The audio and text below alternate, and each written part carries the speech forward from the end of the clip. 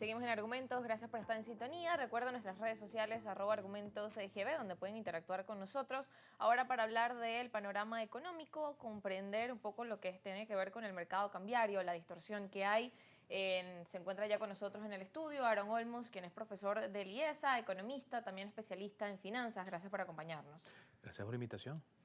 Bien, y justamente la duda es esa, ¿cómo entender hoy la dinámica que hay en el mercado cambiario? ¿Cómo entender las actuaciones que ha hecho el gobierno? Si esto influye de manera positiva, de manera negativa, si todavía falta por ver cuáles serán los resultados, las medidas que quedan por hacer. Hay como muchas preguntas también y sobre todo, bueno, entender qué va a pasar luego. Ya la tasa oficial, bueno, llegaba en este junio al valor de 100 bolívares y eso genera pues mucha incertidumbre en las personas que se preguntan qué pasa, cómo cobro, cómo pago, es legal, no es legal. Hay como muchas dudas en el ambiente y me gustaría que pudiera explicarnos eso lo mejor que se pueda. Muchas cosas, ¿no?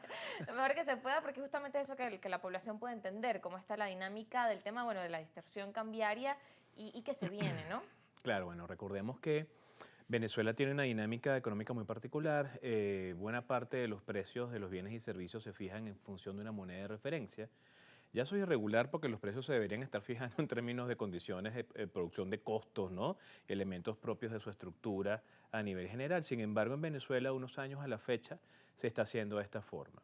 ¿Cuál es el problema que tiene esto? El problema que tiene esto es que tanto y en cuanto el bolívar se deprecie con respecto al dólar, los precios entonces también se van a afectar porque estás utilizando esta moneda de referencia. Vale decir, del 2 de enero de este año al día de hoy, 12 de junio, la tasa oficial ha variado de manera absoluta 48 bolívares. O sea, pasamos de 52 bolívares el 2 de enero a 100 bolívares ya para el jueves 12 de junio. Y lo interesante de esto es que, bueno, eso es una variación del 92.86%, casi 93% incremento de precio. Efectivamente, esto hace que toda la dinámica económica a nivel de precios crezca, ¿no? Y que la posibilidad del ingreso del venezolano se reduzca.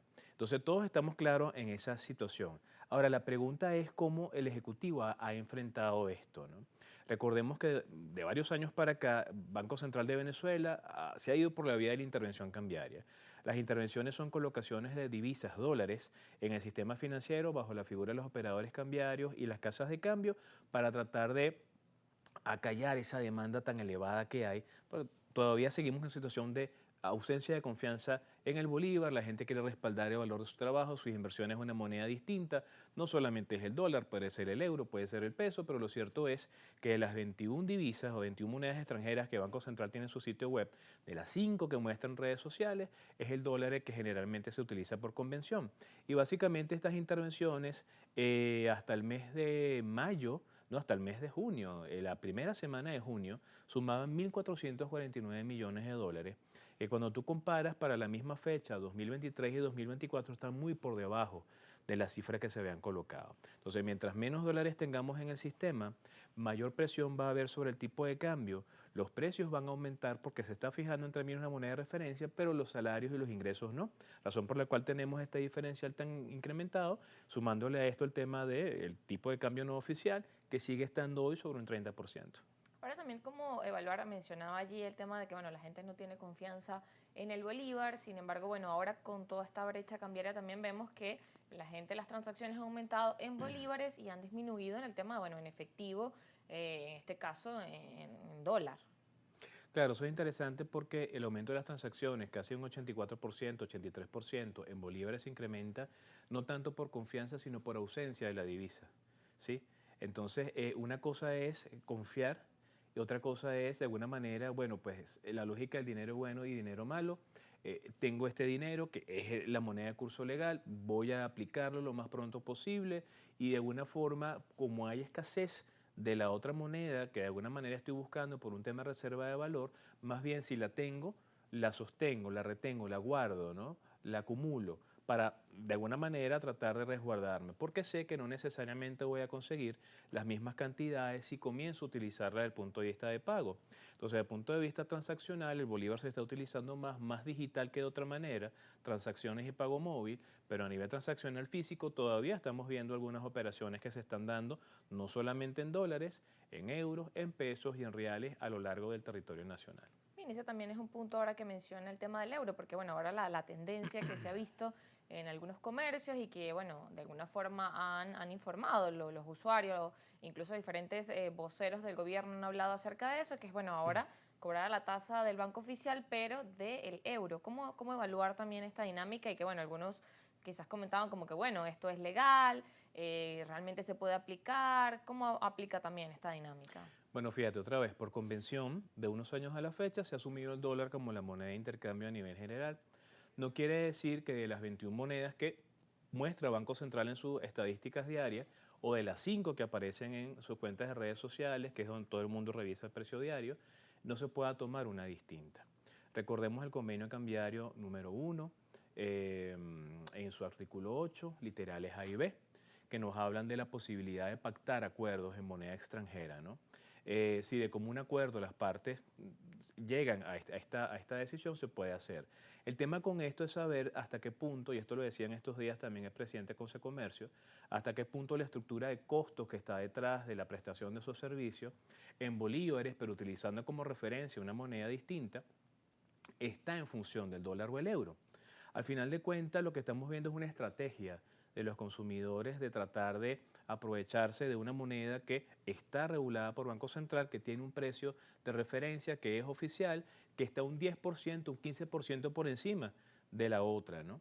Entonces, de alguna forma, realmente no es ilegal, pero es necesario informar al consumidor de en qué tipo de moneda de referencia estamos trabajando y aguas adentro, es decir, hacia adentro de la estructura, saber si efectivamente los trabajadores están de alguna forma recibiendo compensaciones o si la estructura hacia arriba, hacia los eslabones de toda la cadena, si yo soy intermediario, proveedores, y si yo soy intermediario, entonces hacia abajo los minoristas, si toda esta cadena está trabajando o en euros o en dólares, ¿no? ¿Qué estamos haciendo allí?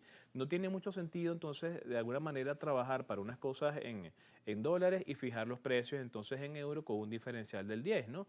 Que es allí donde de alguna manera las personas están comenzando a asumir el hecho, bueno, si bien no es ilegal, bueno, pero esto pareciera que no está bien hacerlo de esa manera. Entonces hay que informar, hay que saber, hay que decir, sobre todo por el tema de la posibilidad que tienen los consumidores de poder elegir, ¿sí? Sí, y eso ha generado duda entre muchos de los consumidores, Claro, cuando bueno, totalmente. llegan y tienen que pagar esa tasa del euro, que bueno, vimos en crecimiento, incluso ya se veía desde el año pasado, ¿no? El tema del cambio de tasa del dólar al euro y que bueno, se ha incrementado ahora, que bueno, también habría que revisar el tema del por qué, ¿no? Porque bueno, una vez que ahora se actuó como parte, bueno, del gobierno de este plan contra quienes tenían unas tasas diferentes y dejaron de estar, también es como que bueno, las personas también estaban allí como buscando esas estrategias, ¿no?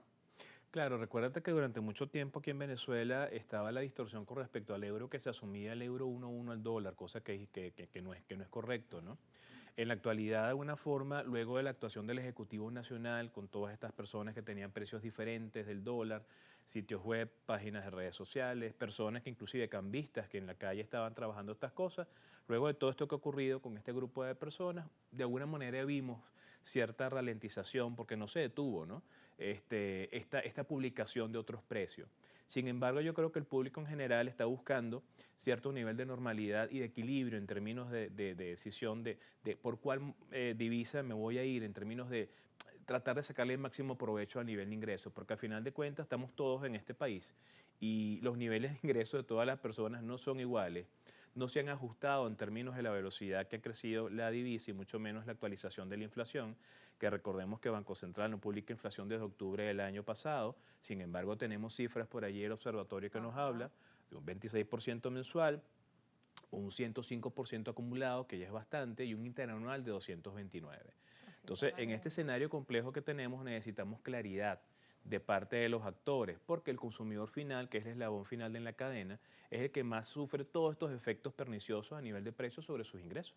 Claro, y que se sigue haciendo esa pregunta, bueno, ¿qué va a pasar? ¿Cómo hacer? En ese sentido también cómo revisar, hacía la mención de, bueno, de estas detenciones y actuaciones del gobierno y que, bueno, incluso el fiscal hacía mención de que hay más de 50 personas detenidas y que la lista va a seguir aumentando. ¿Hasta qué punto esto realmente, esta medida va a ayudar o cómo avanzar también en otras medidas que, como decía, bueno, sigue existiendo allí, pues no se ha solucionado el problema de fondo? Claro, lo que pasa es que de alguna manera estas acciones mandan un gran mensaje, ¿no? Sin embargo, la distorsión siempre va a existir porque es algo netamente económico. Cuando tú tienes una oferta que no cubre la necesidad de una demanda increíblemente amplia de una mercancía, dinero, en este caso la divisa. Si una persona va un lunes en la mañana a su banco de siempre e intenta comprar $100 y solamente es disponible 20, pero sigue teniendo 80 al cambio para poder comprar los 100 que está buscando, necesariamente buscará una alternativa, ¿no?